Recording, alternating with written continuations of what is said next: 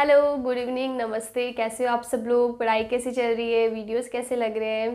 कुछ समझ में आ रहा है? फिजिक्स में आज ऊपर से जा रहा है वो भी मुझे बताना। अभी तक तो आपकी, अगर आप कोचिंग में हो, अगर आईआईटी जेईई नीट की तैयारी कर रहे हो तो टेस्ट वगैरह हो रहे होंगे, कितने मार्क्स आ रहे हैं, कौन से टॉपिक में सबसे ज़्यादा प्रॉब्लम आ रही है।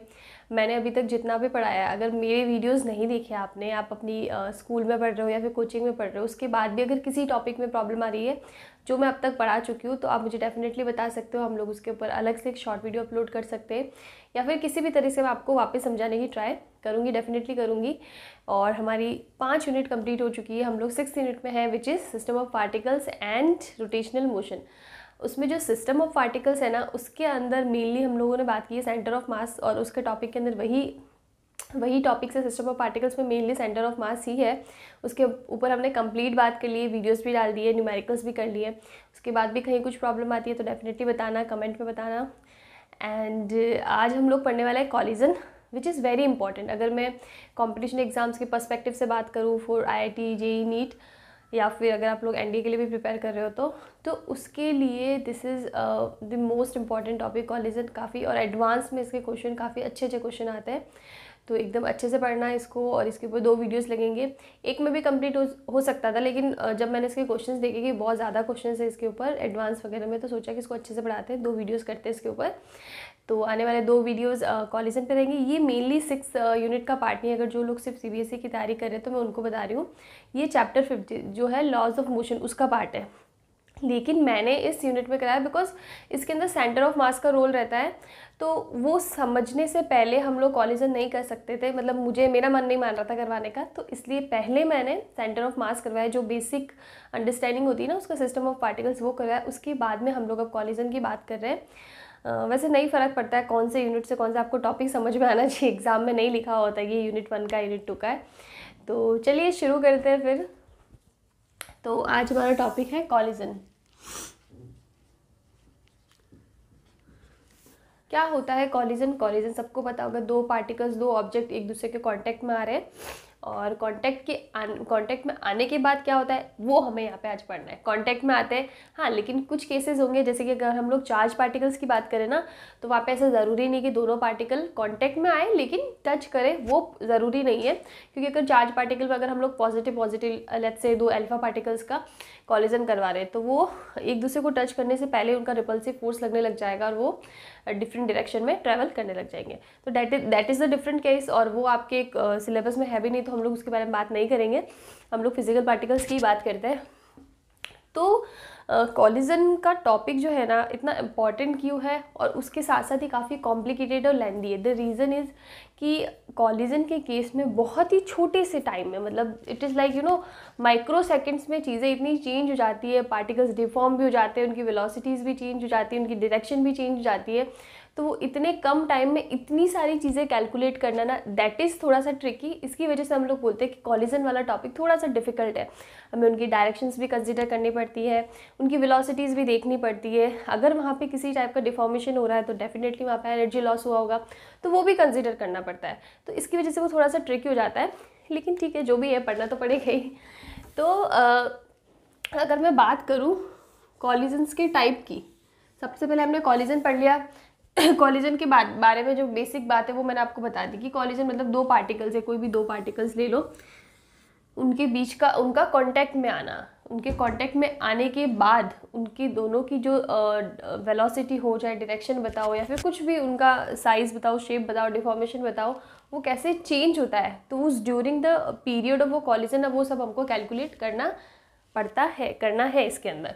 तो अगर मैं बात करूँ टाइप्स की कि कॉलिजन के टाइप्स कौन से होते हैं, तो मेनली इसके 2 टाइप होते हैं। एक होता है इलास्टिक, एक होता है inelastic.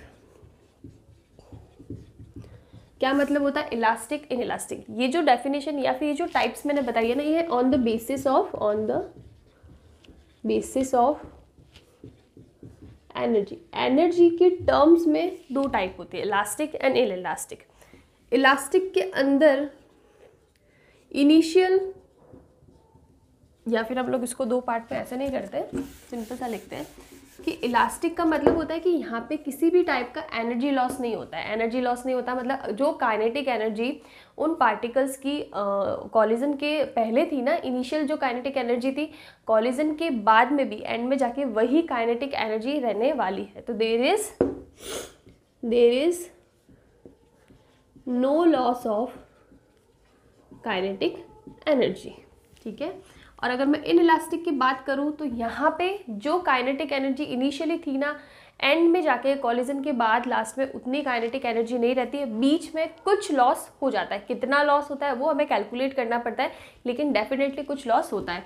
There is loss of kinetic energy. चलो अभी एक बार मैं आपको एकदम बता देती हूँ टेबल में क्या टाइप्स होते हैं वगैरह, उसके बाद में हम लोग डिटेल पे इन सारी चीज़ों के बारे में बात करेंगे। ये तो होते हैं मेनली दो टाइप, इलास्टिक होता है, इनइलास्टिक होता है। इलास्टिक मतलब जैसा हमने एनर्जी दी है ना, लास्ट में जाके हमको वैसी ही एनर्जी मिलेगी, ठीक है। और अगर मैं इनइलास्टिक की बात करूँ तो वहाँ पे काइनेटिक एनर्जी में चेंज होता है। ऑब्वियसली जो इनिशियल केस है ना, उसमें एनर्जी ज़्यादा होती है, काइनेटिक एनर्जी। कॉलिजन की ड्यूरिंग थोड़ी सी एनर्जी लूज हो जाती है किसी भी फॉर्म में, तो लास्ट में जाके हमको कम काइनेटिक एनर्जी मिलती है। तो इसमें हम लोग ये बोल सकते हैं कि काइनेटिक एनर्जी जो इनिशियल होती है ना, वो ग्रेटर देन होती है फाइनल से, ठीक है। तो इसका मतलब कहीं ना कहीं एनर्जी लॉस हुई है, वो किस फॉर्म में हुई है वो भी कैलकुलेट करना पड़ेगा। अब इन दोनों ही के ना आगे दो टाइप होते हैं। एक तो क्या होता है, एक टाइप होता है हेड ऑन कॉलिजन और एक होता है ऑब्लिक कॉलिजन, ठीक है। एक होता है हेड ऑन और एक होता है ऑब्लिक, इसके बारे में भी हम लोग बात कर रहे हैं अभी। और इसी टाइप से इनइलास्टिक के भी दो टाइप होते हैं। इनइलास्टिक भी क्या हो सकता है, हेड ऑन भी हो सकता है और ऑब्लिक भी हो सकता है। तो इन दोनों के ये दो टाइप होता है, हेड ऑन और ऑब्लिक। दोनों में क्या डिफरेंस होता है, चलो ये हमने टाइप्स पढ़ लिया। अब हम लोग को बस मेनली आपको याद रखना इलास्टिक इनइलास्टिक के भी दो टाइप होते हैं, इनइलास्टिक के भी दो टाइप होती है। ये होता है हेड ऑन, एक होता है ऑब्लिक। ये होता है हेड ऑन और ये होता है ऑब्लिक। अब ये मेनली क्या बात करें उसके बारे में हम लोग बात करते हैं। सबसे पहले हम लोग बात करते हैं कि इलास्टिक के अंदर क्या होता है। इलास्टिक वाला केस लेते हैं। अगर मैं बात करूँ ना इलास्टिक कॉलिजन के, तो इसके अंदर क्या होंगे, दो पार्टिकल्स हैं, ठीक है। दोनों की अपनी अपनी वेलोसिटी है। ये किसी वेलोसिटी से जा रहा है, कुछ भी वेलोसिटी ले लो, अभी वेलोसिटी फर्क भी नहीं पड़ता। चलो ये किस वेलोसिटी से जा रहा है, इसकी अलग वेलोसिटी होगी। Let's say it is v1, it is v2, ठीक है। इनकी दोनों की अपनी वेलोसिटी से अपना मास भी है। अब क्या होगा, जब इनके आपस में जब ये कांटेक्ट में आएंगे ना, कि अब कॉलिजन स्टार्ट ही होने वाला है, ये कांटेक्ट में आए, तो ड्यूरिंग द कॉलिजन कुछ डिफॉर्मेशन होता है। डिफॉर्मेशन का मतलब दोनों जब कांटेक्ट में आते हैं ना, तो थोड़ा सा शेप साइज थोड़ा सा चेंज होता है, डिफॉर्म होती है चीज़ें। फॉर एग्जांपल ये कुछ ऐसा ऐसा हो जाएगा, डिफॉर्म हो जाएगा। लेकिन कांटेक्ट से जैसे ही बाहर निकलते ना, फिर से रीगेन कर लेते हैं अपने शेप को, अपने साइज़ को, और वो जो डिफॉर्मेशन है ना होता है ना, वो हट जाता है। मतलब अब कोई डिफॉर्मेशन नहीं है, वो फिर से अपने ओरिजिनल शेप में आ जाते हैं। तो यहाँ पे एनर्जी बीच में लॉस होती है, लेकिन फिर से गेन हो जाती है। समझ में? जब मैंने बोला ना कि जो इलास्टिक एनर्जी, इलास्टिक कॉलिजन होता है, उसके अंदर इनिशियल लॉस नहीं होता है, इनिशियली और फाइनल केस में बीच में लॉस होता है, लेकिन वो फिर से गेन हो जाता है। तो जो ये इनिशियल है ना, लास्ट में जाके वही वापस फाइनल एनर्जी हमें को मिल जाती है। अब मैं बात करूँ मोमेंटम की, तो जो मोमेंटम अपन ने हमेशा हमने पढ़ा है, law of conservation of momentum. चाहे कोई भी टाइप का कॉलिजन हो, दिस इज वेरी इंपॉर्टेंट कि law of conservation of momentum is always applicable in any kind of collision। इसका मतलब क्या है? इसका मतलब है चाहे इलास्टिक कॉलिजन हो, चाहे इन इलास्टिक कॉलिजन हो, law of conservation of momentum है ना, इसका मतलब जो इनिशियल जो मोमेंटम होगा ना, वही हमारा फाइनल मोमेंटम होगा। और ऐसा नहीं कि बीच में वो डिफॉर्म हो जाता है, उसमें ऐसा कुछ भी नहीं होता है। जित through out the, it is very important, इसलिए मैं फिर से लिख रही हूँ, it is conserved through out the collision. इसका मतलब क्या है कि पूरे के पूरे कॉलिजन के ड्यूरिंग ये जो मोमेंटम है ना, वो तो कंजर्व ही रहता है। जो काइनेटिक एनर्जी है ना, उसको हम लोग बोल सकते हैं कि वो through out the journey, through out the collision conserve नहीं है। बिकॉज यहाँ पे जब बीच में कुछ डिफॉर्मेशन होता है ना, तो उसका लॉस होता है थोड़ा, हाँ वो अलग बात है कि वो जब कॉन्टेक्ट से वापस अपनी वेलोसिटीज़ ले लेते हैं, अलग अलग वेलोसिटीज़ ले ली, मान लो ये v1 डैश और v2 डैश है, तो यहाँ पे वो फिर से अपना जो लॉस, जो एनर्जी का जो लॉस हुआ ना वो रीगेन कर देते, वो फिर से उन्हें मिल जाती है, फिर से उनका जो डिफॉर्मेशन होता है ना वो खत्म हो जाता है, वो फिर से अपने शेप में, अपने साइज में आ जाता है। तो यहाँ पे थ्रू आउट द कॉलिजन अगर कंजर्व्ड है, अगर पूछा ऐसा क्वेश्चन में आता है कि अगर काइनेटिक जो एनर्जी है वो through out the collision conserved होती है या नहीं होती, नहीं होती है। मोमेंटम यस, मोमेंटम किसी भी केस में, सिर्फ इलास्टिक की बात नहीं कर रही हूँ, आगे हम लोग इन इलास्टिक बात करेंगे ना, तो उसके अंदर भी through out the collision momentum तो कंजर्व रहता ही है। तो ये चीज़ बहुत इंपॉर्टेंट है। क्या कैसे काम कर रहा है काइनेटिक एनर्जी, इलास्टिक में बात करें, yes, initial is equal to final, initial kinetic energy is equal to final kinetic energy, but there is some loss of kinetic energy जो गेन हो जाती है फिर से जब डिफॉर्मेशन खत्म हो जाता है तब। तो ओवरऑल कोई लॉस नहीं है, लेकिन हाँ थ्रू आउट द जर्नी थोड़ा सा लॉस होता है, वो गेन भी हो जाता है। तो दिस इज द डिफरेंस जो आपको समझना बहुत ज़रूरी है। And momentum is always conserved and through out the जो कॉलिजन है ना उसमें आपका कंजर्व रहेगा, इसमें किसी भी टाइप का लॉस या कुछ भी नहीं होता है। तो ये होता है इलास्टिक कॉलिजन। अब हम लोग बात करते हैं इन इलास्टिक कॉलिजन।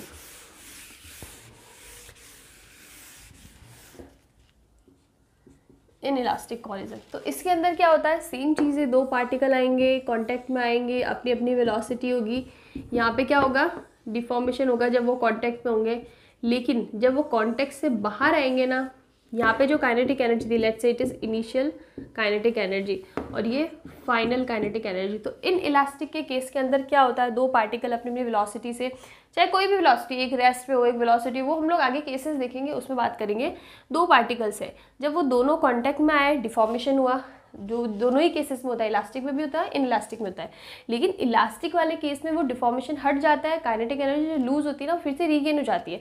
यहाँ पे क्या होता है, जो डिफॉर्मेशन हो गया, अब वो फिर से रीगेन, हमें जो काइनेटिक एनर्जी का इधर लॉस होगा ना वो रीगेन नहीं होगा। इसका मतलब काइनेटिक एनर्जी इधर कुछ कम हुई है, इधर लॉस हुआ है, तो इधर भी वो लॉस रहेगा।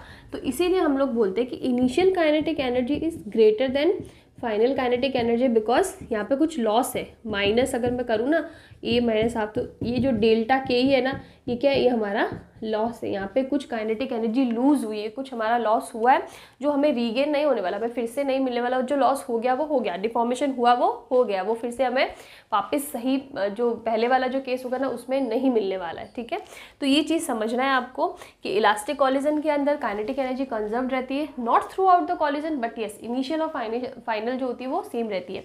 But inelastic collision there will be always a loss of kinetic energy. कितना है नहीं पता, but yes there will be a loss of kinetic energy, definitely होगा।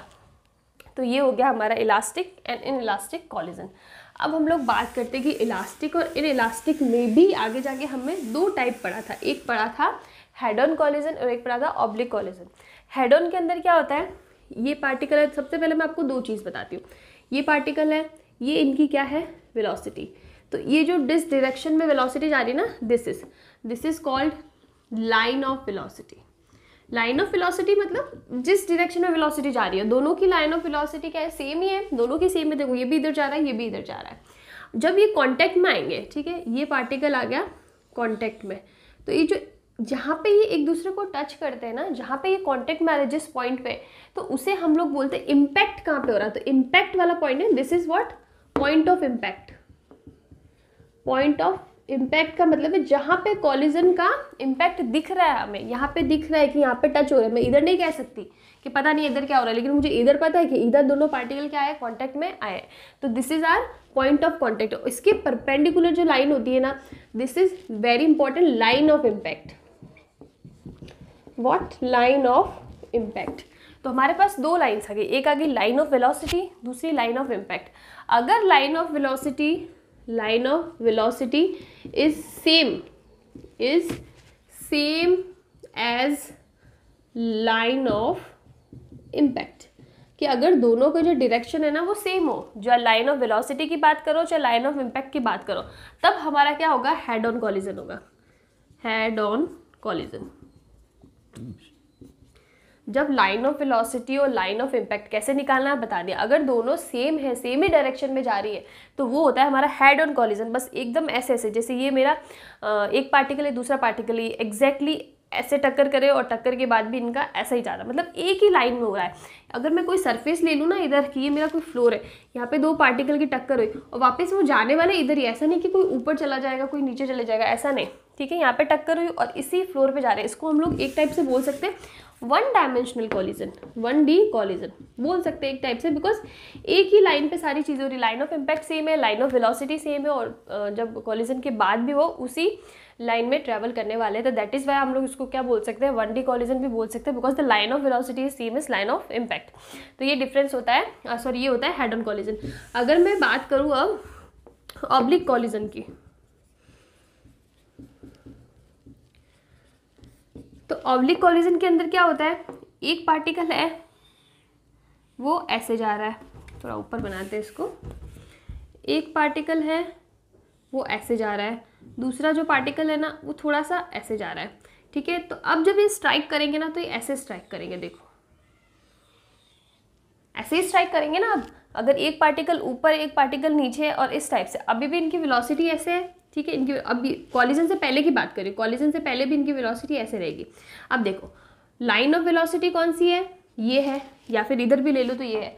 अब इनका पॉइंट ऑफ इम्पैक्ट निकालो जहाँ पे टच करे, ये रहा पॉइंट ऑफ इम्पैक्ट हो गया। और जो लाइन ऑफ इम्पैक्ट हम लोग निकालते थे ना, पॉइंट ऑफ इम्पैक्ट के परपेंडिकुलर निकालते थे, ठीक है। तो इसका मतलब जब जहाँ पे दोनों मासेस भी कवर हो, इसका मतलब अगर मैं इस पॉइंट ऑफ इम्पैक्ट पे ऐसे लाइन बनाऊँ ना तो नहीं, दोनों पार्टिकल्स के अंदर जाती हुई वो लाइन होनी चाहिए। परपेंडिकुलर से ज़्यादा ये कहना सही होगा कि दोनों पार्टिकल से ट्रैवल करती हुई जाए, जैसे कि ये नहीं होना चाहिए, अंदर से ये जो जा रही है ना ये लाइन ऑफ इम्पैक्ट है, उसी टाइप से यहाँ पे ये नहीं होगी परपेंडिकुलर, मतलब ये वाली लाइन नहीं, इसका मतलब ये वाली लाइन जो दोनों पार्टिकल से भी जा रही है। ये चीज़ आपको समझ में आई, फिर से देख लो। लाइन ऑफ इम्पैक्ट जो होती है ना वो कहाँ होती है, पहले आप पॉइंट ऑफ इम्पैक्ट निकाल दो, उसके बाद में ऐसी लाइन ढूंढो जो दोनों पार्टिकल के अंदर से जा रही है, देखो इस टाइप से, ये होगा हमारा लाइन ऑफ इम्पैक्ट। और यहाँ पे कहाँ होगा, यहाँ पे ऐसे ही होगा। क्या मैं इसको और कैसे बना सकती हूँ, ऐसे बनाऊंगी तो इसमें से कम जाएगी इसमें से ज़्यादा जाएगी, ऐसे भी नहीं बना सकती, मुझे ऐसे निकालनी है जो दोनों को पूरी तरह से क्रॉस करते हुए जाए और उस पॉइंट के एकदम परपेंडिकुलर हो। तो ये है हमारी क्या, लाइन ऑफ इम्पैक्ट, LOI लिख दूँ मैं इसको, लाइन ऑफ इम्पैक्ट, और ये लाइन ऑफ वेलोसिटी।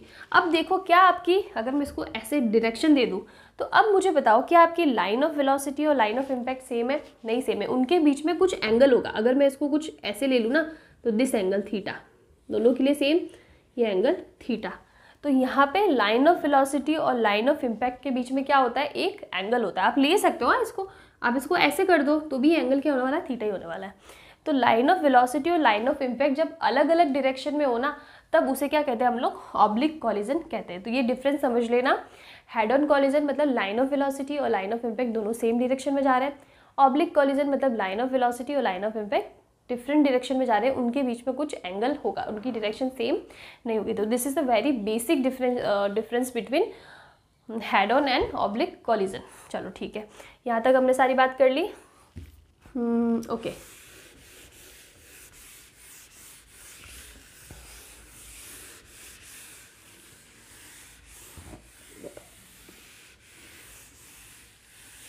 ठीक है, चलो ये बात होगी। अभी हम लोग एक बहुत ही जनरल केस लेते हैं बिकॉज हमें एक बहुत ही इंपॉर्टेंट फॉर्मूला निकालना है। तो फॉर एग्जांपल हमने ले लिया, हम लोग बात करते हैं किसकी, कि कोई दो पार्टिकल है, ठीक है, इसके पास इसकी इनिशियल वेलोसिटी है u1, इसके पास इसकी इनिशियल वेलोसिटी है u2। जनरल केस है, बाकी जब आप लोग एक्चुअल न्यूमेरिकल में सॉल्व करोगे ना तो काफ़ी केसेस ऐसा आएगा कि एक पार्टिकल रेस्ट पे, एक ट्रैवल कर रहा है, उनकी डायरेक्शन भी शायद अलग अलग दी हुई है, तो वो हम लोग न्यूमेरिकल्स के केस में लेने वाले हैं। यहाँ पे हम लोग बहुत ही जनरल सा केस ले रहे हैं कि दो पार्टिकल है, इसका मास m ले लो, इसका भी मास m ले लो, ठीक है। m1 m2 लेना है ना तो m1 m2 भी ले लेना, कोई नहीं, लेकिन हम लोग सेम लेके चल रहे हैं, ठीक है। इसकी वेलोसिटी है u1, इसकी वेलोसिटी है u2। अब देखो इनके बीच में कॉलिजन हुआ, कॉलिजन के बाद में दोनों पार्टिकल डिफॉर्मेशन वगैरह हो गया, डिफॉर्मेशन के बाद में दोनों पार्टिकल अलग वेलोसिटी, जैसे ही कॉलिजन होगा ना, दो पार्टिकल ट्रैवल किया तो उसके बाद में हमें नहीं पता कि कॉलिजन के बाद उनकी वेलोसिटी क्या रहने वाली है, वो चेंज हो जाएगी, हमें वो कैलकुलेट करना पड़ेगा कि उनमें क्या चेंज आया है। तो मैंने मान लिया कि कॉलिजन के बाद इनकी वेलोसिटी चेंज हो गई और इसकी हो गई v1 और इसकी हो गई v2। अब देखो, अब हमें पता है कि हमारे पास दो कंजर्वेशन लॉज है, ए है law of conservation of momentum और दूसरा कंजर्वेशन ऑफ एनर्जी। तो हम लोग दोनों ही यहाँ पे अप्लाई कर देते हैं, बिकॉज हम लोग एक बहुत ही जनरल सा केस लेके चल रहे हो। और ये किस टाइप का कॉलिजन दिखा रहे हैं, हेड ऑन दिखा रहा है, ये हमने समझने के लिए लिया, ईजिएस्ट लिया है, ठीक है। तो अभी हम लोग लगाते हैं law of conservation of momentum. सबसे पहले हम लोग मोमेंटम वाला केस ले लेते हैं।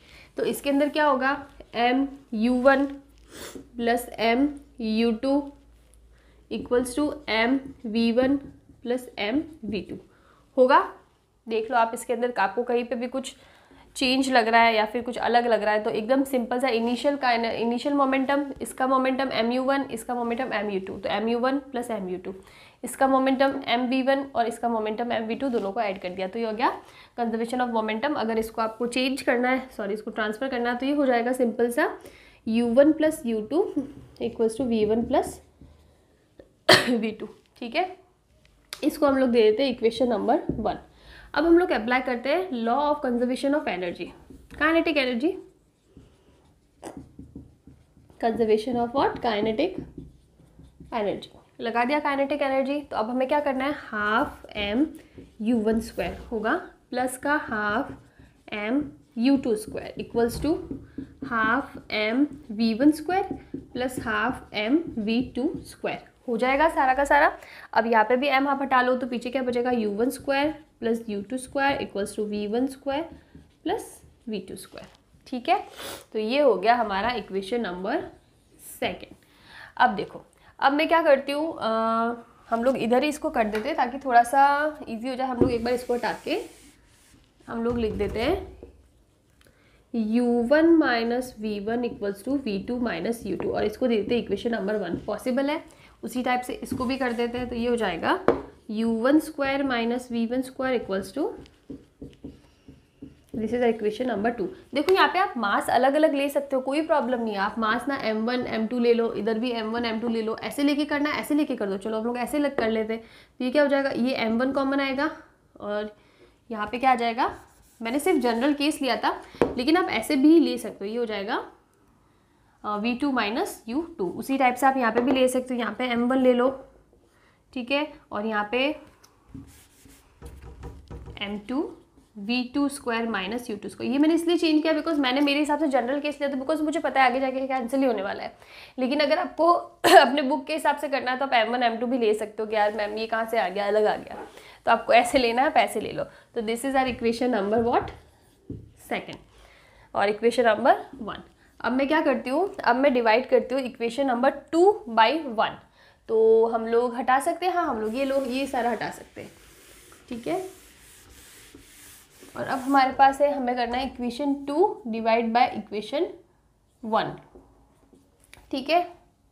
तो अब क्या हो जाएगा, इक्वेशन 2 क्या हमारी, m1 u1 square minus v1 square divided by, इसका लेफ्ट साइड ले लो, ये हो जाएगा m1 u1 माइनस v1 होगा। उसी टाइप से m2 v2 square minus u2 square, yes, and this is m2 v2 minus u1, v2 minus u2, सही लिखा है ना मैंने, हाँ सही लिखा है। अब देखो वैसे भी यहाँ पे क्या हो रहा है, कैंसिल हो रहा है, तो इसीलिए अगर आप सेम मास भी लोगे तो भी सेम ही चीज़ आने वाली है, वो कैंसिल आउट होने वाला है, इसीलिए मैंने इसको ऐसे लिखा था। अब आप इसको सॉल्व करो। हमें पता है a square minus b square क्या होता है, a plus B, a minus B होगा। तो अगर मैं इसको भी ओपन करूंगी तो क्या हो जाएगा, u1 plus v1 and u1 minus v1। तो u1 minus v1 u1 minus v1 से कैंसिल हो जाएगा, तो पीछे क्या बचेगा, पीछे बचेगा u1 plus v1 equals to what, v2 plus u2। ये बचने वाला है, बाकी कैंसिल हो जाएगा। तो अब आप देखो, अब मैं इसको लिख सकती हूँ, अगर मुझे चेंज करना है ना तो हो जाएगा u1 minus u2 equals to v2 minus v1। ये हमारा मेन रिलेशन आ रहा है which is u1 minus u2 equals to v2 minus v1।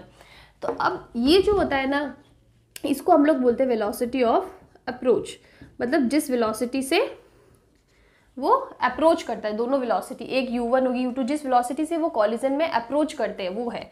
और ये वेलोसिटी क्या है, ये है वेलोसिटी ऑफ सेपरेशन, मतलब जब कॉलिजन हो गया कॉलिजन होने के बाद उन दोनों की वेलोसिटीज अलग अलग हो गई, तो अब वो सेपरेट होके इस वेलोसिटी से ट्रैवल कर रहे हैं। रिलेटिव वेलोसिटी, ये जो माइनस टर्म आई ना, इसका मतलब होता है रिलेटिव वेलोसिटी, ये कहीं ना कहीं डायरेक्शन को बता रही है, रिलेटिव वेलोसिटी बता रही है। तो this is velocity of separation. देखो दोनों जब सेम ही, हमने रिलेटिव में पढ़ा है, दोनों जब सेम ही डायरेक्शन में होती है ना, तो हम क्या लिखते हैं u1 माइनस u2, इसी को हम लोग लिखते हैं ना रिलेटिव वेलोसिटी। और अगर ऐसे होता, एक ऐसे और एक ऐसे, तो हम लोग लिखते हैं u1 प्लस u2, ठीक है। इसीलिए हमने बहुत ही जनरल टर्म लिया। अगर हमारे न्यूमेरिकल के अंदर ऐसी डायरेक्शन आएगी ना, तो हमें u2 जो u2 होगा उसको माइनस u2 करना पड़ेगा, ठीक है ना, बिकॉज वो डायरेक्शन, एक डायरेक्शन ऐसे आ रही है, एक ऐसे आ रही है, ये प्लस का आई कैप है, ये माइनस का आई कैप है। और जब वेलोसिटी है वो तो एक वेक्टर क्वांटिटी, तो आपको डायरेक्शन तो कंसिडर करनी पड़ेगी, वो बात की बात है जब हम लोग न्यूमेरिकल्स करेंगे।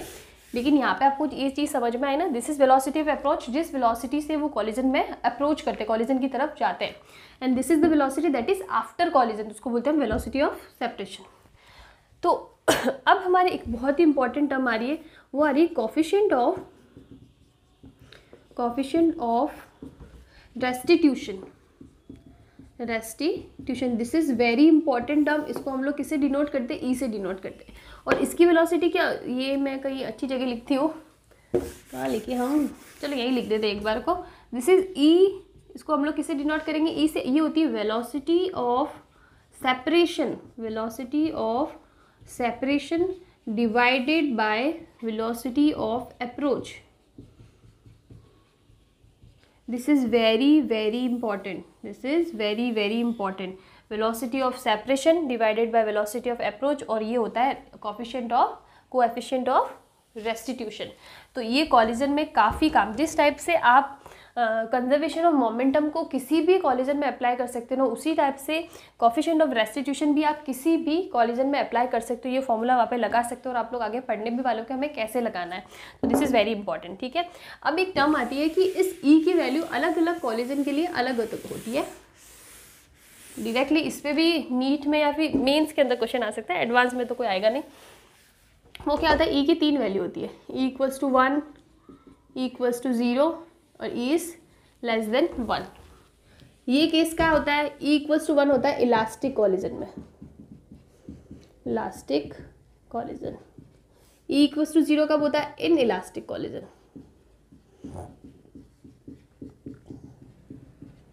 और ये होता है पार्शियली इन इलास्टिक कॉलिजन।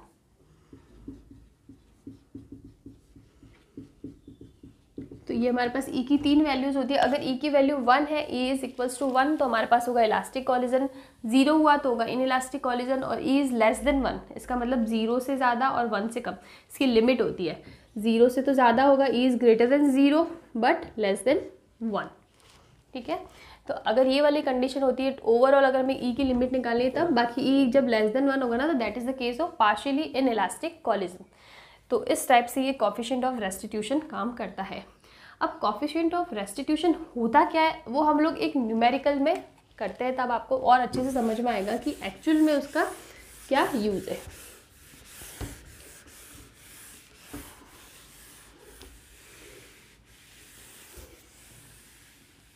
तो एक ये न्यूमेरिकल नहीं होकर अपने आप में एक डेरिवेशन ही है, बिकॉज इसके ऊपर डायरेक्टली भी क्वेश्चन आते हैं, तो हम लोग वो कर लेते हैं। तो हमारे पास एक क्वेश्चन है, क्वेश्चन क्या है कि ये कोई सरफेस है, ठीक है, this is the surface ground. यहाँ से किसी पार्टिकल को ड्रॉप करा और उसकी जो वेलोसिटी थी ना, वो थी v0। अच्छे से लिखते हैं, v0 वेलोसिटी से इसने ये जो सरफेस है इसको हिट करा। किस वेलोसिटी से, v0। इसकी इनिशियल वेलोसिटी ले लेते हैं हम एक बार को, विच इज ये v0, जहाँ से ये जो पार्टिकल है m मास का पार्टिकल, वो इस ग्राउंड को हिट करेगा। हिट करने के बाद इसकी वेलोसिटी चेंज हो जाएगी। बेसिकली हिट करा, इसका मतलब हम लोग यहाँ पे बोल रहे हैं कॉलिजन हो रहा है। क्या हो रहा है, कॉलिजन हो रहा है। तो एक पार्टिकल m है, वो v0 वेलोसिटी से एक सरफेस को, this is a surface ground, कुछ भी ले लो, यहाँ पे कॉलिजन करता है। कॉलाइड होने के बाद इसकी वेलोसिटी चेंज हो जाएगी, let's say it is v1। और उसके बाद में जैसे कि अगर इसने h, ये जो टोटल हाइट थी ना, ये वाली हाइट, ये हमने मान लिया कितनी है, h0, ठीक है, कि इनिशियल हाइट h0 से इसको ड्रॉप करा, इनिशियल वेलोसिटी थी इसकी v0, हिट करने के बाद इसकी वेलोसिटी चेंज हो गई v1, और इसकी हाइट भी चेंज हो जाएगी। अब सेम उतनी हाइट तक तो जाएगा नहीं, ठीक है, उसकी हाइट भी चेंज हो गई, let's say this height is h1, ठीक है। और अब मुझे ये वेलोसिटी भी कितनी हो जाएगी v1। तो मुझे निकालना है v1 की वैल्यू क्या होगी और h1 की वैल्यू क्या होगी। आपको केस समझ में आया ना। एक कोई पार्टिकल है m0 मास का, उसको h हाइट से v0 वेलोसिटी से उसको नीचे की डायरेक्शन दी है, वो v0 वेलोसिटी से उस फ्लोर को, जिस फ्लोर पे हम कर रहे हैं उससे कोलाइड होगा। कोलाइड होने के बाद में वो वापस रिबाउंड होगा ना, यहाँ पे रिबाउंड होगा, यहाँ पे कोलाइड करा, उसके बाद में फिर भी कुछ वेलोसिटी है, तो वो वेलोसिटी चेंज हो गई कितनी v1, और इस वेलोसिटी से वो फिर से ऊपर जाता है और इस v1 वेलोसिटी से उसको हाइट कितनी मिलती है h1। तो मुझे v1 भी निकालना है और h1 भी निकालना है। तो मैं कैसे निकालूंगी?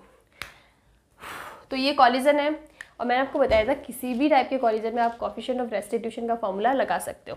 तो उससे पहले हम लोग एक बात करेंगे। हमारे पास हम लोग दो पार्टिकल्स लेते हैं ना हमेशा, तो हमारा पहला पार्टिकल तो हो गया m, दूसरा पार्टिकल जहाँ से जिसके ऊपर कोलाइड हो रहा है वो कौन सा है? ये वाला, ठीक है, m2 हम इसको ले लेते हैं। इसका कोई मास वास नहीं लेना है, लेकिन ये m2 ले लेते हैं। तो ये पार्टिकल मूव हो रहा है क्या? फ्लोर हिल रहा है क्या? टक्कर खा के फ्लोर ऊपर नीचे हो रहा है? नहीं हो रहा है ना। तो इसका मतलब हम लोग का जो पार्टिकल m2 है, मास m2, वो क्या है? रेस्ट पे है, रेस्ट पे है। और ये कॉलिजन से पहले भी रेस्ट पे रहेगा, कॉलिजन के बाद में भी ये नहीं हिलने वाला है, ये तो रेस्ट पे रहने वाला है। तो इसका मतलब इसकी u2 वेलोसिटी और v2 दोनों ही क्या होगी? जीरो होगी। ये चीज़ आपको समझ में आई? u2 क्या है? कॉलिजन से पहले m2 पार्टिकल की वेलोसिटी, और ये कॉलिजन के बाद में। दोनों ही केस में ये जो फ्लोर है ये तो हिलने वाला है नहीं, फ्लोर तो एज इट इज़ रहने वाला है। तो इसको हम लोग रेस्ट पे ले रहे हैं, तो इन दोनों की वैल्यू क्या हो जाएगी? जीरो हो जाएगी। अब अगर मैं कोएफिशिएंट ऑफ रेस्टिट्यूशन निकालूँ e, तो वो क्या होता है? v2 माइनस v1 और u1 माइनस u2 होता है। हमने क्या निकाला था? e equals to u1 minus v1 equals to u2 minus v2 था, तो सॉरी प्लस का, तो हमारे पास आ गया था u1 minus u2 equals to v2 minus. तो हमारे पास v2 माइनस v1 और u1 माइनस u2 है। अब यहाँ पे देखो ये दोनों वैल्यूज पुट कर लो। v2 की वैल्यू जीरो तो हो जाएगा माइनस का v1, और u2 की वैल्यू जीरो तो u1। तो हमारा कोएफिशिएंट ऑफ रेस्टिट्यूशन क्या आ रहा है? माइनस का v1 upon u1। Sorry, initial velocity लेनी है ना, तो v1 इनिशियल वेलोसिटी, ये जो u1 है ना वो हमारा क्या है? v0 है, यही होगा ना v0। हमने यहाँ पे क्या लिया? u1 वो वेलोसिटी है जो पार्टिकल जिस वेलोसिटी से हिट करा, तो वो तो v0 है। तो u1 की जगह v0 लिख दो, यहाँ पे भी क्या लिख दो? v0 लिख दो। तो इससे आपके पास क्या आ जाएगा? v1 इक्वल्स टू माइनस का e v0 आया। ये रिलेशन हमारे पास आ गया वेलोसिटी के अंदर। हमें मिल गई velocity v1 which is minus e v0। Minus कम हो रहा है और डायरेक्शन भी उल्टी है। ये जो माइनस साइन आ रहा है वो किसके लिए? डायरेक्शन की वजह से आ रहा है। देखो इसकी डायरेक्शन ऐसे और इसकी डायरेक्शन वापस ऐसे, तो इसकी वजह से यहाँ पे क्या आ रहा है? नेगेटिव साइन आ रहा है। चलो ये आ गया। अब हमें निकालनी है हाइट, ठीक है। तो हम लोग हाइट कैसे निकाल सकते हैं? हमारे पास रिलेशन है v1 इक्वल्स टू, हम लोग इन जनरल जिसका मैग्नीट्यूड लेते हैं, v1 equals to e v0, because height तो नेगेटिव होती नहीं है, वो हम लोग साइन लेते हैं डायरेक्शन का, वो हमें समझना है। बाकी ये क्या हो जाएगा? v1 equals to e v0 ले लिया। अब v1 हमें पता है कि अगर हमें हाइट निकालनी है तो हमारा जो फॉर्मूला होता है ना वो हाइट का, सॉरी वेलोसिटी का क्या होता है? √2gh होता है ये वेलोसिटी का। हम लोग लेते हैं ना v square equals to u square plus 2gh। Initial velocity zero ले लो, v square equals to 2gh, तो v इजिकल टू क्या होता है? अंडर रूट का 2gh होता है। तो आप यहाँ पे 2g और इसकी हाइट कितनी है? h1 है, तो मैं लिखूँगी 2gh1 इक्वल्स टू e, और ये क्या हो जाएगा? Under root 2gh0। Initial height देखो, v1 की बात करेंगे तो हाइट h1 गेन कर रहा है, v0 की बात करेंगे तो हाइट h0 गेन कर रहा है। वही वैल्यू मैंने यहाँ पे रखी है। स्क्वायर कर दो दोनों side, 2gh1 equals to e square 2gh0। 2g से 2g कैंसिल हो गया और h1 हमारी वैल्यू कितनी आई? e square h0। ये आ गया हमारे पास रिलेशन। अगर आप माइनस भी लोगे ना कोई प्रॉब्लम नहीं, माइनस क्या बताने वाला है? हाइट का साइन ही बताना पड़ेगा। अगर हम लोग यहाँ से पार्टिकल की हाइट ले रहे हैं, अगर हमने इसको पॉजिटिव लिया है तो दूसरे केस में हम लोग ये वाली हाइट ले रहे हैं तो ये नेगेटिव होगी। तो वो सिर्फ साइन बता रहा है, डायरेक्शन बता रहा है कि हमको कैसे कैलकुलेट करना है, h1 पॉजिटिव लेना है नेगेटिव लेना है। तो ये आ गया हमारे पास रिलेशन, वेलोसिटी का रिलेशन आ गया। और ये किसका रिलेशन आ गया? ये आ गया हमारे पास हाइट का रिलेशन। अब देखो ये वाला जो केस था ना उसमें मैंने क्या बात करी? उसमें मैंने बात करी है, एक बार हम लोग इसको हटा देते हैं, कि जब एक बार पार्टिकल रिबाउंड करेगा ना तो ऐसा केस होता है। लेकिन अगर एक से ज़्यादा बार रिबाउंड करा, मल्टीपल टाइम्स रिबाउंड करा, n टाइम्स तक रिबाउंड करा, तब हमारा केस क्या होगा? इसका मतलब है कि अगर कुछ ऐसा सीन है, ठीक है, यहाँ से पार्टिकल आया, फिर ये रिबाउंड करा, फिर रिबाउंड करा, धीरे धीरे कम होती जाएगी और ये हमने मान लिया ऐसे ऐसे करते करते n टाइम तक आया, ये nth टाइम तक आया। ये वेलोसिटी क्या है, ये वेलोसिटी हमारी h0 है, ये h1 है, ये h2 हो जाएगी, ये h3 हो जाएगी, इस टाइप से ये कितनी हो जाएगी, hn हो जाएगा। उसी टाइप से ये वेलोसिटी, ये हमारी कितनी थी, v0 थी, ये v1 हो गई थी, ये भी v1 होगी, ये कितनी हो जाएगी, v2 हो जाएगी, ये हो जाएगी v3, ये हो जाएगी v4, और ये वेलोसिटी हमारे पास कितनी हो जाएगी, vn। तो जब मल्टीपल टाइम्स रिबाउंडिंग हो रही है तब हमें वेलोसिटी निकालनी है, vn कितनी होगी और hn हाइट कितनी होगी। तो क्या सिंपल सा केस है, देखो हमने जब v1 निकाला वो कितना आया, ev0। अगर हम लोग v2 निकालेंगे तो वो आएगा ev1। समझ में मेरी बात, 1 0 2 1, एक जस्ट पीछे वाले टर्म लेनी, v1 आ जाएगा ev0 और v2 आ जाएगा ev1। तो उसी टाइप से अगर हम लोग vn निकालेंगे ना तो कितना आएगा एक सेकेंड, हाँ देखो ev1 अगर मैं इसको सॉल्व करूँ तो ये कितना आ जाएगा, v2 इक्वल्स टू v1 की वैल्यू आप पुट कर दो वापस से ev0, तो v2 कितना आ रहा है, e² v0 आ रहा है। उसी टाइप से अगर मैं v3 निकालूंगी तो आएगा e³ v0 आएगा। उसी टाइप से v4 निकालूंगी तो आएगा e⁴ v0, जो पावर इधर है ना वही पावर इधर भी है। ये चीज़ आपको समझ में, v1 हमने निकाल दिया ev0, अगर v2 निकालना है तो ev0 की जगह v1 हो जाएगा, 2 1 2 3 2 ऐसे होने वाला है। फिर आप रेस्पेक्टिवली जब वैल्यूज पुट कर लोगे ना तो इस टर्म में आएगी। तो इसको इन जनरल टर्म में मैं क्या लिख सकती हूँ, vn इक्वल्स टू e⁴n, ये दोनों टर्म सेम आती थी, डिवाइड मल्टीप्लाइड बाय v0, ये आएगा हमारा फाइनल रिलेशन। अब ऐसा एक क्वेश्चन आ सकता है और क्वेश्चन के अंदर आपको सिंपली क्या गिवन होगी, v0 इनिशियल वेलोसिटी गिवन होगी और कितना नंबर ऑफ टाइम्स ये कॉलिजन हो रहा होगा वो भी गिवन होगा और e की वैल्यू गिवन होगी। e की वैल्यू डेफिनेटली आपको देनी पड़ेगी, अगर e की वैल्यू नहीं दे रखा है तो आंसर भी आपका e की टर्म्स में ही आने वाला है। तो इस टाइप से ये relation, this is very important, directly भी आ सकता है क्वेश्चन कि vn equals to en v0। अब उसी टाइप से अगर मुझे हाइट निकालनी है, ठीक है, तो हमारा जो हाइट आया ना h1 वो क्या है, e² h0 आया। अगर मैं h2 निकालूँ तो आएगा e² h1, इसका मतलब क्या हुआ, h2 इक्वल्स टू e² और h1 की वैल्यू फिर से e² h0, इसका मतलब h2 आया हमारा e⁴ h0, मतलब जस्ट इसका क्या आ रहा है, स्क्वायर वाली टर्म आ रही है। अगर मैं h3 बात करूँ तो क्या आ जाएगा, ये आ जाएगा e⁴ मल्टीप्लाई बाय h2, तो h3 हो जाएगा e⁴ और h2 की वैल्यू क्या है, e⁴ h0।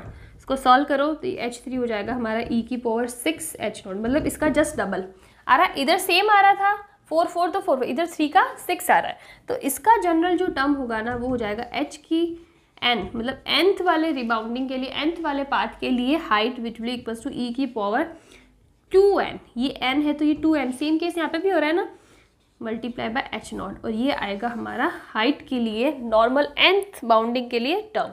तो vn के लिए e⁴n आता है और h के लिए e⁴2n आएगा। चलो ठीक है, अब देखो आप, अगर मुझे रिलेशन अब निकालना है, वेलोसिटी में दिया हुआ है, ठीक है, वेलोसिटी में रिलेशन गिवन है vn equals to e⁴n v0 vn, ठीक है। अब हमें टाइम में निकालना है तो हम लोग टाइम का भी निकाल सकते हैं, ईजी है। v का टाइम, वेलोसिटी को हम लोग लिख देते एक बार को gtn लिख सकते हैं ना, v equals to U, initial velocity क्या होता है, v equals to U plus at, ठीक है। इनिशियल वेलोसिटी 0 ले लो, v इक्वल्स टू gt वाली टर्म में लिख सकते हैं, तो मैंने एक जनरल टर्म में इसको ऐसे लिख दिया, gtn e⁴n हो जाएगा और ये क्या हो जाएगा, gt0 होगा। g में कोई चेंज नहीं होता, g कैंसिल हो गया तो हमारे पास डायरेक्टली रिलेशन आ गया, tn equals to e⁴n t0 होगा। तो इस टाइप से आप इसको ऐसे लिख सकते हो, ठीक है। अगर मुझे अब चलो ये दोनों रिलेशन आ गए, अब मैं एक रिलेशन निकालती हूँ कि इस पार्टिकल ने टोटल डिस्टेंस कितने कवर करी, s, अगर मुझे वो निकालनी तो वो कितना होगा, वो होगा s इक्वल टू सबसे पहले h0, उसके बाद में कितना, इधर h1 और इधर भी h1, 2 बार h1 गया तो प्लस 2h1, उसी टाइप से इधर h2 प्लस इधर भी h2, तो प्लस का 2h2 प्लस का 2h3, इस टाइप से ये आने वाला है। आप इसको सॉल्व करो तो ये कितना हो जाएगा, h0 की वैल्यू h0 ही है और h1 यानी 2h1, h1 कितना होता है e² h0 होगा प्लस 2, और ये कितना होने वाला है, h2 की वैल्यू आ जाएगी e4, तो प्लस का 2e⁴ h0, इसी टाइप से प्लस का 2e6h0 ऐसे आने वाला, और आगे जाके आएगा प्लस का 2e⁻²n⁻₀। इसी टाइप से रिलेशन आ गई, पूरी की पूरी सीरीज़ बन गई। आप इसको सॉल्व करो, आप इसमें h0 कॉमन ले लो तो ये कितना आएगा 1 + 2e² + 2e4 प्लस, और आगे कैलकुलेट करो, आगे जाके तो ये हो जाएगा प्लस का 2e2n। ये हमारे पास पूरी की पूरी सीरीज़ आ जाएगी। और जब आप इस सीरीज़ को सॉल्व करोगे ना तो हमारे पास आंसर आएगा 1 + e² and 1 - e²। ये रिलेशन, ये सीरीज सॉल्व करना है, आप कर लो होता है तो ठीक, अदरवाइज आपको मिल जाएगा। वैसे इसका फॉर्मूला आपको ये रिलेशन याद होना चाहिए, this is important. S = h0 1 + e², 1 - e²। ये रिलेशन होता है किसमें, हाइट में। मतलब हमें अगर टोटल डिस्टेंस निकालने की, टोटल पार्टिकल ने कितनी डिस्टेंस कवर करी है, तो h0 की टर्म में हमारे पास आ जाएगा 1 + e² और 1 - e²। उसी टाइप से अगर हमें टोटल टाइम निकालना है ना तो हम लोग क्या निकालेंगे, t टोटल। ठीक है, ये मैं क्लियर कर देती हूँ। हमें निकालना है t टोटल, तो क्या हो जाएगा, सबसे पहले t0 + t1। t1 कितना होगा e⁻t0 plus e⁻² t0 plus e⁻³ t0। इस टाइप से आपको ये लिखना पड़ेगा, ऐसा हो जाएगा। आप इसमें t0 कॉमन ले लो तो कितना आ रहा है 1 + e + e², इस टाइप से पूरी की पूरी सीरीज हमारे पास आएगी। तो आप t टोटल अगर मैं निकालूँ ना तो t टोटल आ जाएगा t0 और ये हो जाएगा 1 + e 1 - e। स्क्वायर टर्म नहीं आएगी, यहाँ पे स्क्वायर था ना 4 6 इसलिए स्क्वायर टर्म आ रही थी। तो ये हो जाएगा हमारा t टोटल का रिलेशन। तो ये जो होता है ना 2 3 4 ये जो टर्म्स निकाले, दीज आर वेरी इंपॉर्टेंट। मतलब ऐसा नहीं है कि इन पे न्यूमेरिकल्स आएंगे तो आपको हो सकता है कि पूरा का पूरा सॉल्व करना पड़ जाए। अगर इसका जो फाइनल आंसर आपको याद रहेगा ना तो आप डायरेक्टली भी इस पे क्वेश्चन कर सकते हो, आते भी है क्वेश्चन। ठीक है, और डायरेक्टली आपको मेंस में या नीट में तो पूछ भी सकते हैं कि क्या रिलेशन होता है। मान लो फाइनल वेलोसिटी और इनिशियल वेलोसिटी में रिलेशन निकालो, ई की किस पावर पे प्रोपोर्शनल होता है, e⁻1 e⁻2 e⁻n e⁻2n। तो ये सारे रिलेशंस आपको याद होने चाहिए। तो ठीक है, ये कर दिया। अब इसके बाद में हम लोग बात करते हैं प्रॉपर कॉलिजन्स के जो टाइप है, हेड ऑन और ऑब्लिक, उनके ऊपर आते हैं। अभी हम लोग पढ़ते हैं क्या, हम लोग पढ़ेंगे elastic head on collision. Elastic head on collision. अभी हमने सारी डिटेल्स पढ़ ली है, हेड ऑन कॉलिजन क्या होता है, इलास्टिक कॉलिजन क्या होता है, कोएफिशिएंट ऑफ रेस्टिट्यूशन क्या होता है। अब जो काम बचता है ना वो बचता है कैलकुलेशन का। देखो, एक पार्टिकल है m1, एक पार्टिकल है m2। ये वेलोसिटी u1 से जा रहा है, ये वेलोसिटी u2 से जा रहा है। कॉलिजन हुआ, इलास्टिक कॉलिजन हुआ, डिफॉर्मेशन भी हुआ, एनर्जी का लॉस हुआ लेकिन फिर से रीगेन हो जाएगा, और मोमेंटम तो कंजर्व ही रहने वाला है। तो कॉलिजन के बाद इनकी वेलोसिटीज चेंज हो जाती है। लेट्स से इसकी v1 हो गई, इसकी v2 हो गई। ठीक है, सेम कंडीशन आप लगा दो। सबसे पहले हम लोग कोएफिशिएंट ऑफ रेस्टिट्यूशन, ये सब जगह एप्लीकेशन होता है। इसकी वैल्यू क्या थी, v2 - v1 equals upon u1 - u2, यही था। हमने वो जो टर्म्स है वो भी सेम रही तो वैल्यू भी सेम आएगी। हम लोग बात करें इलास्टिक कॉलिजन के लिए, और इसके लिए E = क्या होता है, 1 होता है, हमने पढ़ा। तो इसकी वैल्यू क्या हो जाएगी, 1 हो जाएगी, यानी v2 - v1 equals to u1 - u2। ठीक है, ये एक रिलेशन आ गया हमारे पास। एक रिलेशन आएगा कि हम लोग लगाते हैं कंजर्वेशन ऑफ मोमेंटम। क्या हो जाएगा, m1 u1 plus m2 u2 equals to m1 v1 plus m2 v2 हो गया। ये ले लेते हैं इक्वेशन नंबर 2। अब हम लोग एक क्या लगा सकते हैं, इलास्टिक कॉलिजन है तो हम conservation of energy, kinetic energy भी लगा सकते हैं, वो भी एप्लीकेबल होता है। तो जगह half m1 u1 square plus half m2 u2 square equals to what, half m1 v1 square plus half m2 v2 square. So we have 3 relations. ठीक है, 3 रिलेशंस है तो हम लोग इजीली, हमको चाहिए फाइनल वेलोसिटीज। देखो, इनिशियल वेलोसिटीज तो मोस्ट ऑफ द केसेस में आपको गिवन होगी, उसको फाइंड करने की जरूरत नहीं। अगर नहीं गिवन होगी तो ये वाले डेटास दे रखे होंगे। लेकिन आपको मोस्टली जो न्यूमेरिकल्स केसेस में होगा ये होगा कि कॉलिजन के बाद इनकी वेलोसिटीज़ कैसे इम्पैक्ट होती है। ये जो कॉलिजन हम लोग पढ़ रहे हैं ना, दिस इज मोर अबाउट कि how velocities impact after collision. इसमें ये नहीं होता है कि क्या डिफॉर्मेशन होता ही होता है। जो मेनली हम लोग कॉलिजन में पढ़ते हैं ना, हमारे फिजिक्स में जो हम लोग कॉलिजन पढ़ते हैं, डेली लाइफ का कॉलिजन इज डिफरेंट, और हम लोग फिजिक्स में जो इस टॉपिक में हम लोग मेनली कॉलिजन के बारे में पढ़ रहे हैं ना, उसमें क्या है मेनली कि कैसे वेलोसिटीज़, जो वेलोसिटीज़ है ना वो कॉलिजन के बाद कैसे इम्पैक्ट होती है, उसमें क्या चेंजेस आते हैं, कौन सी डायरेक्शन में जाती है, मैग्नीट्यूड में चेंज हो रहा है तो कितना चेंज हो रहा है, दैट इज इंपॉर्टेंट। तो हम लोगों को फाइनल वेलोसिटीज़, ये जो v1 और v2 है ना, मोस्टली केसेस में हमको यही फाइंड आउट करना होगा। तो अब हमारे पास 3 इक्वेशंस है, तो हम लोग इजीली v1 और v2 की वैल्यू निकाल सकते हैं। मैं ये कैलकुलेशन नहीं करने वाली हूँ, और आपको भी ये कैलकुलेशन याद रखने की ज़रूरत नहीं है। जो मैं अभी टर्म लिखने वाली हूँ ना, वो आपको याद रखनी पड़ेगी। थोड़ी सी बड़ी टर्म है, लेकिन फिर भी आपको वो याद रखना पड़ेगा, वही आपको काम आने वाला है। ये जो कैलकुलेशन है ना, ये वही काम आने वाली है, ठीक है। ये पता होना चाहिए क्या क्या इक्वेशन लगाइए, लेकिन अब इसके बीच के mathematical calculation that is not very important. जो अभी मैं बताऊंगी ना, वो आपको याद रखना है।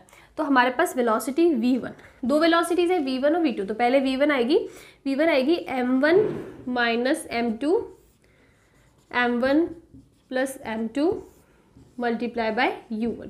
ऑब्वियस सी बात है कि जब आप फाइनल वेलोसिटीज़ निकालोगे तो वो इनिशियल वेलोसिटीज़ की टर्म में ही आएगी, ठीक है। u1 plus 2m2 u2 upon m1 plus m2, ये आएगी हमारी वेलोसिटी v1 u1 और u2 की टर्म में, दोनों में ही। नीचे एक बार मैं पहले दोनों लिख देती हूँ। v2 निकालना, ये आएगा m2 minus m1 divided by m1 plus m2 multiply bye u2 plus का 2m1 u1 m1 plus m2। ये दो जो इक्वेशन है ना, these are very very very important, ये आपको याद होनी चाहिए। डायरेक्टली इन पे क्वेश्चन आ सकता है, तो ये कैलकुलेशन करने की ज़रूरत नहीं है आपको। और ये जो तीनों इक्वेशन सॉल्व करोगे ना, वो भी काफ़ी लेंदी होता है सॉल्व करना, तो ये इजी तरीका है कि आप इनको याद कर लो, और यही काम आने वाली है। देखो, ये कैलकुलेशन कर सकते हो, अगर आपको करना है आप कर सकते हो, ट्राई करना नहीं होगा तो मैं खुद भी करवा दूंगी। अगर आप बोलो कि नहीं हो रहा है तो मैं करवा दूंगी, वो कोई प्रॉब्लम नहीं है, लेकिन ये आपको याद होनी चाहिए। अब इनको याद करने का तरीका, जब हम लोग v1 निकालेंगे ना, तो यहाँ पे u1 आएगा, जब v2 निकालेंगे यहाँ पे u2 आएगा। दोनों में जो नीचे m1 प्लस m2 ये कॉमन है, इसमें कोई चेंज नहीं होने वाला है, ठीक है। और आप क्रॉस देखो ना, v1 आएगा तो m2 u2 आएगा, v2 आएगा तो m1 u1 आएगा। अगर इधर u1 आ गया ना, तो फिर से इधर u1 नहीं आएगा, क्या आएगा u2 आएगा। उसी टाइप से यहाँ पे u2 आ गया ना, तो यहाँ पे फिर से u2 नहीं आएगा, क्या आएगा u1 आएगा। और v1 की बात करेंगे तो 1 माइनस 2 करेंगे, यानी m1 माइनस m2। और v2 की बात करेंगे तो 2 माइनस 1 यानी m2 माइनस m1। ये याद करने का तरीका होता है बेसिकली, बाकी इतना इसमें कुछ है नहीं, ये आपको याद हो जाएगा। और 2-4 बार क्वेश्चन में यूज़ करोगे ना, तो वैसे याद हो जाएगा। चलो ठीक है, अब इसमें आते हैं 3 केसेस। सबसे पहला वाला केस क्या है? सबसे पहला वाला केस हम लोग लेते हैं कि हमने जो मासेस है ना m1 इक्वल्स टू m2 कर दिया है। तो उस केस में आप बताओ कि वेलोसिटीज क्या चेंज होगी। अगर मैं v1 की बात करूँ, सबसे पहला केस m1 माइनस m2, पूरी की पूरी टर्म क्या हो जाएगी, 0 हो जाएगी, पीछे बचेगा ये, तो ये हो जाएगा 2mu2। m1 equals to m2 कर दिया, इक्वल्स टू m ले लो, चलो ठीक है।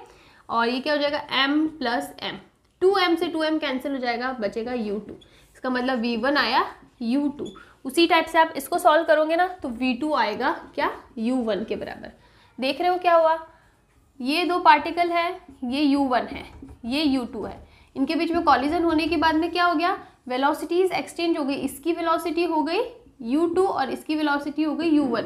डायरेक्शन चेंज नहीं हुई, डायरेक्शन वही हो गई। डायरेक्शन चेंज होती है ना, तो यहाँ पे माइनस का साइन आता है हमारे पास, डायरेक्शन चेंज नहीं हुई है। तो अगर हमारे पास जो केस है, पर्टिकुलर ये केस पूछ सकते हैं कि इलास्टिक हेड ऑन कॉलिजन के अंदर जब दोनों पार्टिकल्स का मास सेम होना, तो उनकी वेलोसिटीज कॉलिजन के बाद एक्सचेंज हो जाती है। एक्सचेंज का मतलब जो v1 की थी वो जो u1 की थी वो v1 की हो जाएगी, v2 की हो जाएगी, और जो u2 की थी वो v1 की हो जाएगी, क्रॉस हो जाएगा। v1 u2 हो गया, v2 u1 हो गया, वेलोसिटीज वही रही, मैग्नीट्यूड में चेंज नहीं आया, लेकिन एक्सचेंज हो गई। इसका मतलब जो v1 था वो u2 हो गया, v2 हो गया u1, एक्सचेंज। इसको हम लोग ऐसे बोलते हैं velocities exchange, velocity exchange after collision. तो this relation is very very important कि जब हम लोग m1 इक्वल्स टू m2 लेंगे ना, जब दोनों जो पार्टिकल्स उनका मास सेम होगा तो कॉलिजन के बाद वेलोसिटीज एक्सचेंज हो जाएगी। This is for which elastic head on collision के लिए ये रिलेशन ट्रू है। चलो ठीक है, अब हम लोग दूसरा केस लेते हैं। दूसरे केस में m1 is very very greater than m2 and m2 is at rest. अब हमने केस क्या लिया है कि हमारा जो दो मासेस है m1 और m2, उसमें से एक मास बहुत ज़्यादा बड़ा है, ठीक है, कंपैरेटिवली बहुत ज़्यादा बड़ा है, और जो दूसरा वाला है ना वो क्या है, रेस्ट पे है। इसका मतलब हम लोग एक मान लेते हैं कि एक ट्रक है, ठीक है, दिस इज़ व्हाट ट्रक, और एक साइकिल है। साइकिल कैसे बनाऊँ, कैसे भी बना दो, ये साइकिल है, ठीक है, ये साइकिल है, और इसको हाँ ठीक है, ट्रक है, साइकिल, या फिर साइकिल छोड़ो, हम लोग लेते हैं कार, ले लेते हैं, एकदम छोटी सी नैनो वाली कार ले लो आप, ठीक है, कार ले लो, ये हो गया कार। अब दोनों के मास में बहुत डिफरेंस है। ट्रक बहुत हैवी होती है, ट्रक भी मान ली एकदम हैवीली लोडेड जो ट्रक होती है ना, इसका मास काफ़ी ज़्यादा होता है, ट्रक हो गई, ये कार हो गई। इसकी वेलोसिटी है u1, इसकी वेलोसिटी 0 है। 0 किस लिए, हमने बोला m2 क्या है, रेस्ट पे, ये खड़ी है, तो इसका आप मानो कि एक कार खड़ी है और उसको एक ट्रक ने धक्का मारा। ये सिचुएशन इमेजिन करके देखो कि ट्रक है, बहुत बड़ी सी ट्रक है, हैवीली लोडेड, जिसका वेट भी बहुत ज़्यादा हो, एक छोटी सी कार है और उसने उसको टक्कर मारा। तो आप नहीं देखो कि टक्कर मारने के बाद ये जो ट्रक है ना, वो तो एक बार को स्टेबल हो जाएगी, लेकिन जिस वेलोसिटी से ये ट्रक उस नैनो को मारेगी ना, उससे डबल स्पीड से वो कार आगे की साइड जाने लगती है। ऐसे होगा ना, अगर एक बहुत ही हैवी पार्टिकल छोटे पार्टिकल को टक्कर मारे जो यहाँ पे एक स्टेबल है, तो ये इसको मारने के बाद ये तो रुक जाएगी और ये डबल स्पीड से आगे जाने लग जाएगा। तो इसी को हमको मैथमेटिकली प्रूव करना है। तो अगर हमने लिया ना m1 is very very greater than m2, अगर m1 10,000 है और m2 1 है, तो हम लोग कंपैरिजन में इसको 0 मान सकते हैं। तो वी कैन कंसीडर कि m2 is what, 0, because m1 बहुत ज़्यादा है। अब फॉर्मूले में पुट करो, सबसे पहले v1 निकालो। तो v1 के अंदर देखो, m2 आपको दो चीज़ पुट करनी है, m2 0 और m2 रेस्ट पे भी है, तो इसकी वेलोसिटी, इनिशियल वेलोसिटी भी क्या होगी, 0, u2 इज ऑल्सो 0। u2 0 रखते ये पूरी वैल्यू 0 हो गई। अब यहाँ पे m2 0 रखो तो ये 0 हो गया, m2 इधर भी 0 हो गया, m1 अपॉन m1 1 ही हो जाएगा। इसका मतलब क्या हो गया, v1 इक्वल्स टू u1। इसका मतलब क्या हुआ कि v1 तो जिस वेलोसिटी से आ रहा था ना, उसकी वेलोसिटी में कोई चेंज नहीं होगा, उसकी वेलोसिटी उतनी ही रहेगी। लेकिन अब अगर हम लोग v2 कार की वेलोसिटी निकालें तो कितना आएगा, सेम रख दो, कितना, m2 equals to 0 and u2 equals to 0। u2 0 रखता है, ये पूरी की पूरी वैल्यू क्या हो गई, 0 हो गई। अब यहाँ आ जाओ, यहाँ पे आपको क्या रखना है, m2 0 रखना है, ये 0 कर दो, तो पीछे क्या बचेगा, 2m1 u1 upon m1, m1 से m1 कैंसिल हो जाएगा, पीछे बचेगा 2u1। इसका मतलब जो कार थी, जो हमारी नैनो कार थी ना, उसकी वेलोसिटी डबल हो गई ट्रक को मारती। ऐसा ही होता है ना, एक हैवी ट्रक एक छोटी सी चीज़ को टक्कर मारेगा तो ट्रक में तो कोई ज़्यादा फर्क नहीं पड़ेगा, उसके लिए तो वो छोटी सी चीज़ है, वो तो अपनी वेलोसिटी से चलता रहेगा। लेकिन जिस वेलोसिटी से वो उस कार को मारेगा, जो एक जगह स्टेबल है, रेस्ट पे, वो कार उतनी डबल स्पीड से चलने लगेगी, और ऐसा होता भी है, ठीक है। तो ये दो केस आएंगे जब हमारा एक मास दूसरे मास से बहुत ज़्यादा है और दूसरा मास क्या है, रेस्ट पे हो, तब हमारे पास ये केस आने वाला है, ठीक है। अभी हम लोग लेते हैं केस 3 सॉरी, केस 3 कहाँ पे ले, केस 3 ये हटा दूँ क्या मैं, ये लिख दिया होगा आप लोगों ने, हटा देती हूँ। अब हमारा केस 3 है जिसके अंदर m2 is very very greater than m1, उल्टा केस ले लिया, and m2 is at rest, ठीक है। अब हमने क्या लिया है कि m2 मतलब दो जो हम लोग माने कि एक कार है, ठीक है, और ये क्या है, ट्रक है, ये कार, ये ट्रक एक जगह खड़ी है, हिल ही नहीं रही है, इसकी वेलोसिटी u2 इज 0 और इसका मास भी बहुत ज़्यादा है, हमने बोला m2 is very very greater than 0, ये किसी वेलोसिटी से आ रही है। अब मुझे बताओ, एक नैनो कार और एक ट्रक को टक्कर मारेगी तो ट्रक हिलेगी क्या, नहीं हिलेगी, वो तो अपनी जगह पर टिकी रहेगी। इसका पता नहीं क्या होगा, लेकिन ये तो एक जगह पे स्टेबल रहेगी। इमेजिन करो, एक ट्रक ने एक कार को टक्कर मारी है, तो कार तो उससे टकरा के डबल स्पीड से पीछे चली जाएगी, डबल या कितनी स्पीड वो मुझे नहीं पता, लेकिन वो कुछ इम्पैक्ट कर ही नहीं पाएगी उसके ऊपर। ट्रक तो एज इट इज़ वहाँ पे खड़ी रहेगी, मतलब अगर वो रेस्ट पे है ना तो वो रेस्ट पे रहेगी, उसमें कोई मोशन नहीं आएगा। एक कार की वजह से ट्रक में क्या ही मोशन आ जाएगा, और वो भी जब वो खड़ी है तब नहीं आएगा। और जो कार होगी ना, उस पर क्या होगा, वो पीछे की तरफ चली जाएगी, बिकॉज उसके बाद ऑप्शन नहीं है, या तो वो आगे पूरी गाड़ी के अंदर घुस जाएगी, या फिर क्या होगा, वो पीछे की साइड ट्रैवल करने लग जाएगी, ठीक है। तो अब इसको हमें देखना है कैसे प्रूव करेंगे। आप ले लो इसके अंदर v1, अब हमने क्या लिया है, अब हमने m2 is very very greater than 1 लिया है ना, तो हम लोग m1 को क्या ले लेंगे, 0 ले लेंगे। सेम वही है, जिसका मास ज़्यादा होगा उसको लेना है, कम वाले को हटा दो। m1 0 हो गया और u2 0 हो गया, u2 0 हो गया तो ये टर्म तो हट गई। अब यहाँ पे क्या बचा है m1 0, m1 को 0 कर दो, इधर भी m1 0 करो, क्या बचेगा माइनस का m2 अपॉन प्लस का m2, यानी -1 u1, माइनस का u1। इसका मतलब क्या हुआ कि ये जिस वेलोसिटी से आएगा ना उसी वेलोसिटी से पीछे की डायरेक्शन में जाने लग जाएगा, बिकॉज कार तो इतनी हैवी है कि वो उसको इम्पैक्ट कर ही नहीं पाएगा। तो वो जो मोमेंटम होता है ना, देखो ये मेन चीज़ मोमेंटम का है, इसके पास मास भी है, इसके पास वेलोसिटी भी है, तो इसके पास मोमेंटम हो गया मास इंटू वेलोसिटी। तो इसका जो मोमेंटम जिस स्पीड से गया है, जिस स्पीड से वेलोसिटी करा है, अब वो मोमेंटम कंजर्व भी तो रहना चाहिए ना। इसका मोमेंटम क्या है, 0 है, इसका वेलोसिटी 0 है, तो इसका मोमेंटम क्या हो गया, 0 हो गया। तो इसके पास तो मोमेंटम है नहीं, और पूरे सिस्टम का इनिशियल पूरे सिस्टम का मोमेंटम कंजर्व रहना चाहिए।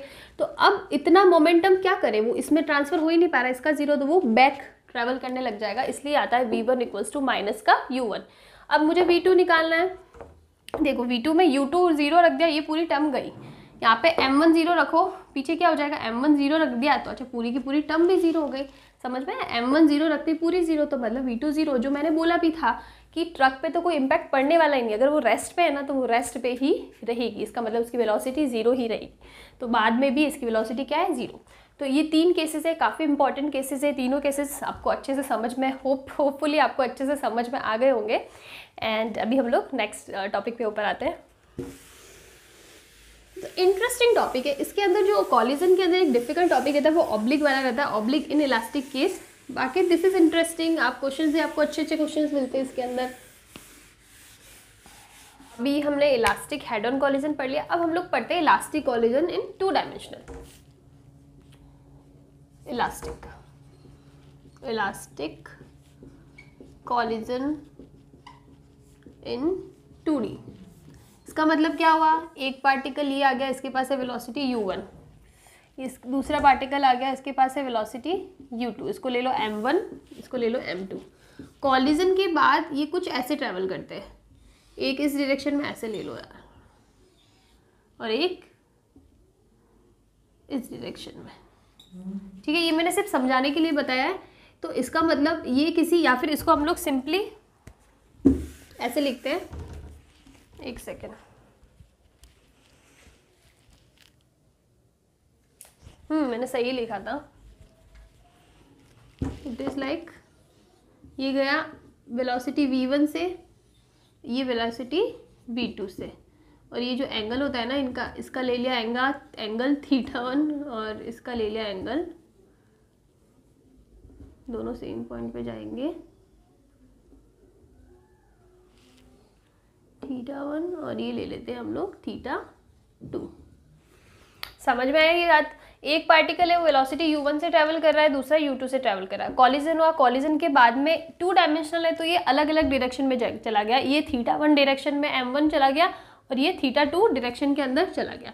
तो अब इसमें क्या करना है, वही केस है जो हम पहले ले रहे थे, सिंपल आपको इसको कंपोनेंट्स लेने हैं। कैसे कंपोनेंट्स लेने हैं, यहाँ पे क्या हो जाए, अगर मैं इस v1 का कंपोनेंट इस डायरेक्शन में लूँ तो क्या आएगा, ये m1 है, ये m2 है, तो जाएगा m1 v1 cos थीटा होगा। उसी टाइप से इसका भी हो जाएगा m2 v2 cos थीटा। इसका डायरेक्शन परपेंडिकुलर ऐसे होगा, इसका ऐसे होगा, इसका हो जाएगा m1 v1 sin थीटा और इसका हो जाएगा m2 v2 sin थीटा होगा। चलो अब आपको सिंपल सा लगाना है क्या, कंजर्वेशन ऑफ एनर्जी। इलास्टिक है तो कंजर्वेशन ऑफ एनर्जी भी लग जाएगा और कंजर्वेशन ऑफ मोमेंटम। अगर मैं कंजर्वेशन ऑफ मोमेंटम लगाऊं, अब इसके अंदर 2 डायरेक्शन आ गई, एक्स और वाई, तो दोनों का अलग अलग लगेगा। अगर मैं एक्स डायरेक्शन की बात करूं तो क्या हो जाएगा, m1 u1 plus m2 u2 equals to, इसका एक्स डायरेक्शन में कंपोनेंट क्या है, m1 v1 cos थीटा, इसका क्या है एक्स डायरेक्शन में plus m2 v2 cos theta. एक रिलेशन तो आ गया हमारे पास ये। अब दूसरा, अगर मैं वाई डायरेक्शन में बात करूं तो वाई डायरेक्शन में इसकी कुछ वेलोसिटी है क्या, 0। इसकी वेलोसिटी है नहीं, 0। उनकी है, हाँ उनकी है, कितनी है, m1 v1 sin थीटा। अब इधर प्लस नहीं आएगा, माइनस आएगा, बिकॉज दोनों की जो डायरेक्शन है वो अलग अलग है, ऑपोजिट डायरेक्शन, तो माइनस का m2 v2 sin थीटा। अगर ऊपर वाली पॉजिटिव तो ये नेगेटिव, या फिर लिख सकते हैं m1 v1 sin theta equals to m2 v2 sin theta. तो इनको सॉल्व करके आपको आंसर निकालना है। और इलास्टिक कॉलिजन है, ई की वैल्यू 1 पुट कर देना एंड जो भी क्वेश्चन में पूछ रखा था अकॉर्डिंगली अगर आप थीटा की वैल्यूज पुट कर लोगे तो आपके पास सारी वैल्यूज आ जाएगी। ये केस हो गया। अब हम लोग पढ़ते हैं क्या, in elastic collision, head on in elastic collision. दो टाइप होते हैं ना, एक ऑब्लिक भी होता है और एक हेड ऑन होता है। तो हम लोग पढ़ रहे हैं in elastic head on collision. कैसे होगा in elastic head on collision? Simple सा है, आपको क्या करना है, एक पार्टिकल है m1, दूसरा पार्टिकल है m2, इसकी वेलोसिटी ले ली u1, इसकी वेलोसिटी ले ली u2। जब इनके बीच में हेड ऑन इलास्टिक कॉलिजन होगा ना तो दोनों पार्टिकल स्टिक कर जाएंगे, ठीक है, एक दूसरे में स्टिक कर जाएगा, ये m1 और ये m2। और स्टिक कर गए तो स्टिक करने के बाद तो दोनों एक ही वेलोसिटी से चलेंगे ना, अलग अलग वेलोसिटी थोड़ी होगी, तो इन दोनों की कॉमन वेलोसिटी हो जाएगी एक v मान लिया इसको। तो हम इसका रिलेशन कैसे लिख सकते हैं, m1 u1 plus m2 u2 equals to what, m1 plus m2, दोनों स्टिक कर गए और multiply by the velocity v, और इससे आप v की वैल्यू निकाल सकते हैं। और इसमें जो e होता है वो क्या होता है, v2 माइनस v1 और u1 minus u2। In elastic collision है, परफेक्टली इन इलास्टिक, हाँ परफेक्टली इन इलास्टिक कॉलिजन। तो e की वैल्यू क्या होती है, 0 होती है। तो क्या हो जाएगा, v2 minus v1 equals to 0, इसका मतलब v2 इक्वल्स टू v1। ये इसीलिए लिखा है ना बिकॉज दोनों एक ही वेलोसिटी से चल रहे हैं, तो इसके लिए क्या हो जाएगा, u2 इक्वल्स टू v1 हो जाएगा। तो परफेक्टली इन इलास्टिक कॉलिजन में जब हेड ऑन कॉलिजन होगा तो दोनों पार्टिकल स्टिक कर जाएंगे, और स्टिक करने के बाद एक ही वेलोसिटी से चलेंगे विच इज़ वेलोसिटी v, और इसकी वैल्यू क्या हो जाएगी, m1 u1 plus m2 u2 divided by m1 plus m2। तो इस टाइप से आप ये वेलोसिटी कैलकुलेट कर सकते हो। यहाँ पे हम लोग आज का वीडियो एंड करते हैं बिकॉज काफ़ी लंबा हो गया। इसके अगले वाले वीडियो में हम लोग पढ़ने वाले ये जो भी हमने इलास्टिक कॉलिजन्स पढ़े इनके कुछ न्यूमेरिकल्स करेंगे, उसके बाद हम लोग लेंगे ऑब्लिक कॉलिजन। ऑब्लिक कॉलिजन के अंदर थ्योरी में इतना कुछ है नहीं, वो भी न्यूमेरिकल्स के थ्रू ही सॉल्व करना होगा, तो उसके कुछ न्यूमेरिकल्स कर देंगे तो वो क्लियर हो जाएगा, और साथ में इसके भी 2-4 न्यूमेरिकल्स कर लेंगे। तो तब तक के लिए थैंक यू।